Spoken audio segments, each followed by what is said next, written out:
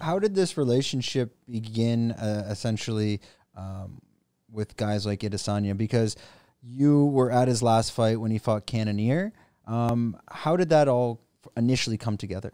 Izzy and all the boys, Eugene, Brad used to be the kickboxing coach at Tiger before Rafa took over. And then he's from New Zealand. So we're Brad Riddell and yes, Brad Riddell, Rafael Fiziev. Fiziev, yes. So Brad was at Tiger. My brother met him. My brother coached him a bit for wrestling and that. And then Alex was here as well for the tryout. So Alex has been here. Kai was here before. So, but I didn't meet Israel until his debut in Perth several years ago. I flew there to watch the boys fight. Several of the boys were on that card. Ty, Tyson, Mark, Volk, and Israel. Met him there. And then just kind of kept the relationship going.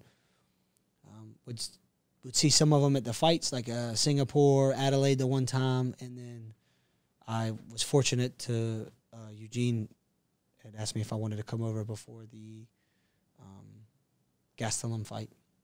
So that was like the first time I got to go to New Zealand. And then from there, we've just kept the ball rolling. We've kept everything. And just to explain to everyone, it's because you're going over there to kind of fine-tune his wrestling, essentially. Just, I guess, fine-tune, but just be another, like a wrestling workout partner for him. Yeah, kind of get stuck into the training camp. There's usually several of the boys that are in camp, whether it's on the same card or it's a week before, a week after. So there's all hands on deck. It's a busy time, They got the Alta, which is the Wimps to Warriors thing they got running over there. 2 classes every morning. It's fucking pumping. And yeah, just give like a different perspective on the wrestling, or help Andre Paulette, the Romanian. He's their head wrestling coach at CKB. I kind of just give him a hand, assist him, whenever I can and stuff, because he usually only can come in the evenings. So like during the days or the mornings, I'll kind of teach the wrestling. Yeah, it seems they're like, let's say Adesanya's school city kickboxing, and then working with Alexander Volkanovski. That whole system, it seems quite dynamic.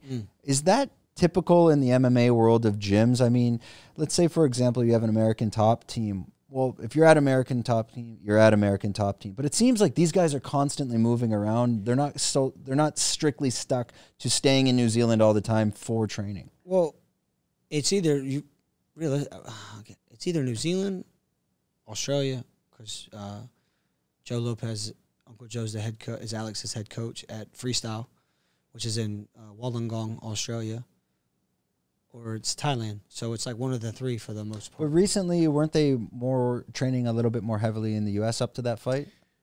Up to what fight? His recent fight. Nah, they just went. We just went over a little over a week early. Okay.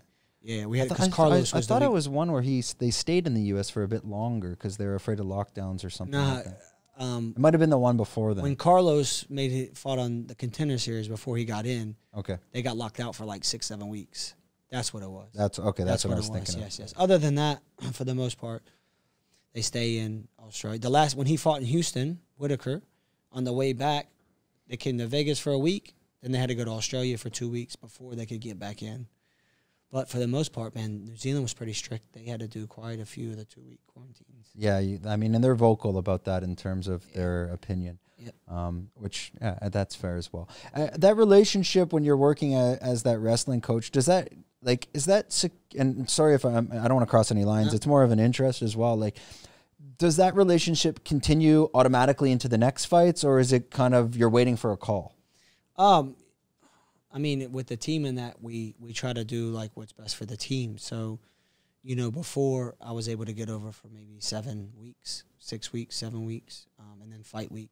Now it may not be that long. Now maybe only 4 or 5 weeks, and then fight week. So in that term, yeah, you figure out what's next for the boys. Like whether it was Alex, whether it was Israel. Like with Izzy's fighting Houston, I knew after that Alex was going to be fighting, in Jacksonville and stuff like that. And then we came back after Jacksonville. So the coaches talk, like those guys, they put their minds together. They figure out what's the best route to go, the best option, and we proceed from there.